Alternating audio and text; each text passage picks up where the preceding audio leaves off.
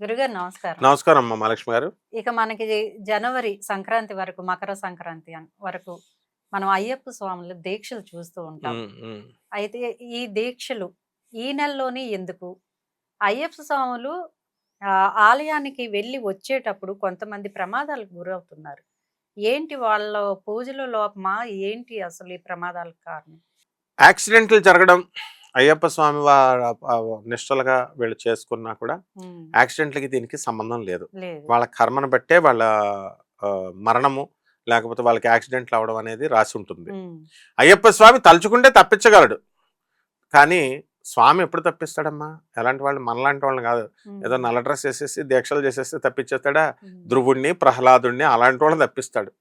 మనం ఏం చేస్తున్నామండి? మనం అయ్యప్ప స్వామి భక్తులు ఎంతో మడితో, ఎంతో నమ్మకంతో, ఎంతో ఆచరణతో చాలా దీక్షగా చేస్తారు. అందరూ డౌట్ లేదు. చాలా మంది ఒకానొక సమయంలో నా చిన్నతనంలో జోళ్ళు కూడా వేసుకునేవారు కాదు.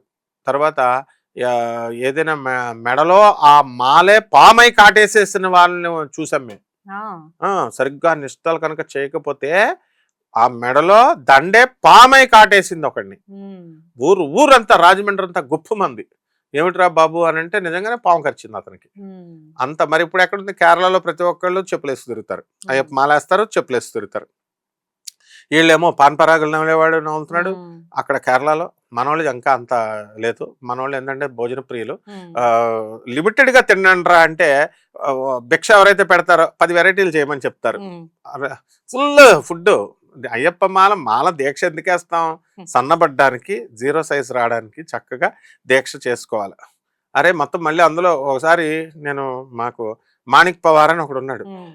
అతను ఒక పాపం ఆ భక్తురాలు సాయిబాబా గుడి ఉంటే అతనికి ఒక భక్తురాలు వచ్చింది, సెంట్రల్ ఎక్సైజ్ భార్య, ఆఫీసర్ భార్య.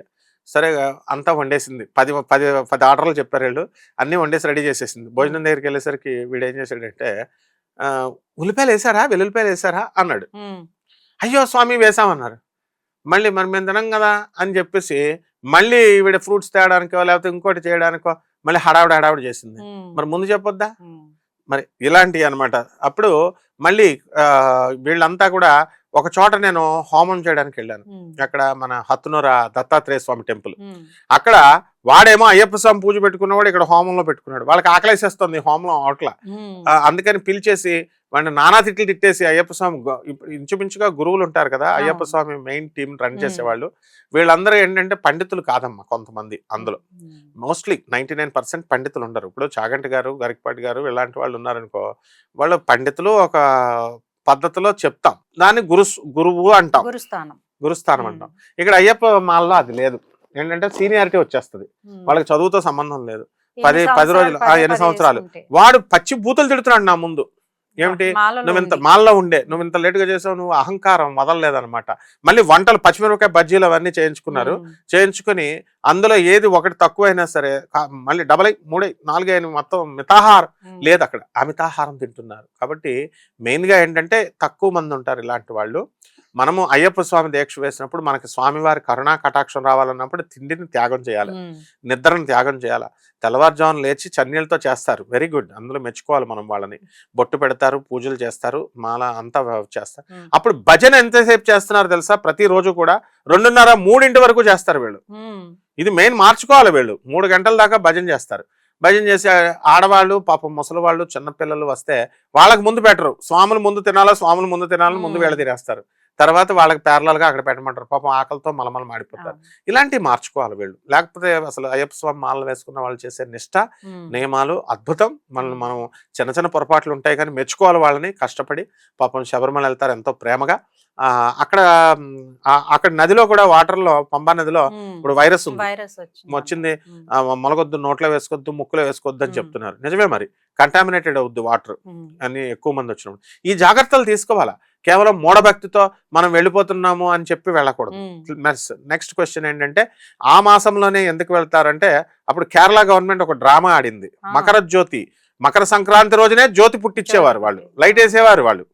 వేసేసి ఏం చేసేవారు, మకర జ్యోతి ఇంకేముంది, అయ్యప్ప వచ్చాడు దర్శనం ఇస్తాడు, అయ్యప్ప వచ్చాడు దర్శనం ఇస్తాడు అనేవారు నక్షత్ర రూపంలో. ఎందుకు ఇస్తాడు రా దేవుడు అంటే ఏంటి, మిరాకిల్స్ చేయడు దేవుడు ఎప్పుడు కూడా, మ్యాజిక్స్ చేయడు. ఎవరు చేస్తారు మ్యాజిక్స్? మనుషులే చేస్తారు. బాలకృష్ణ సినిమాలో జరుగుతాయి, తొడగొడితే ట్రైన్ కదిలిపోద్ది అలా అనమాట. సో అయ్యప్ప స్వామి మాల ఎప్పుడు కూడా అది రాదు. అప్పుడు ఒకటి కేసు వేసినప్పుడు కేరళ గవర్నమెంట్ ఒప్పుకుంది, మేమే చేసాము జనాలను ఆకర్షించడం కోసమని. ఇవన్నీ పిచ్చి పనులు. అయితే ఇవన్నీ ఏంటంటే చలికాలంలోనే ధనుర్మాసము, పశ్చిమాసము, చాతుర్మాస దీక్షతో మనం మకర సంక్రాంతి వరకు ఈ యొక్క అయ్యప్ప స్వామి అనేది ఒక నియమం పెట్టుకున్నాం మనం. 41 రోజులు కార్తీక మాసం నుంచి మొదలెడతారు, చాతుర్మాస దీక్షలాగా చేస్తారు. అద్భుతమైన కరుణా కటాక్షం వీళ్ళకి లభిస్తుంది. చాలా మంది అసలు మందు తాగడం మానేస్తారు, సిగరెట్లు ఇవన్నీ కూడా మంచి ఫుడ్ హ్యాబిట్స్ వచ్చేస్తాయి, ఆయుర్దాయం అంతా కూడా పెరుగుతుంది. కానీ మళ్ళీ అది అయిపోగానే ఎప్పుడైపోతుందా అని చెప్పి ఏదో వైన్ షాప్ లో బాటిల్స్ పారిపోతున్నట్టు చాలా మంది ఏం చేస్తారంటే ఆ డ్రెస్ వదిలేయడం పాపం, మళ్ళీ వెళ్ళిపోతారు. ఇలాంటివి చేయకూడదు. చేయకుండా కనుక జాగ్రత్తగా చేస్తే అసలు అయ్యప్ప స్వామి భక్తుల్ని మించినటువంటి వాళ్ళు ఎవరు లేరు. బైర్రెడ్డి నరేష్ ని ఎర్రగొట్టేసిన వాళ్ళు మన అయ్యప్ప స్వామి భక్తులే. అయ్యప్పనే కామెంట్ చేస్తే ఎర్రగ తీసి అయ్యప్ప భక్తుల పవర్ ఏంటో చూపించారు. అసలు వీళ్ళందరూ కూడా ఈ చిన్న చిన్న లోపాలను కనుక సరి చేసుకుంటే అయ్యప్ప స్వామి, ప్రతి అయ్యప్ప స్వామి భక్తుడు కూడా సాక్షాత్తు అయ్యప్పగా, ఆ అయ్యప్ప స్వామి కరుణా కటాక్షం పూర్తిగా పొందినటువంటి మనము ఆ అయ్యప్పలుగా మనం చాలా రెస్పెక్ట్ ఇవ్వాలమ్మా వీళ్ళకి. నమస్కారం. ధన్యవాదాలు.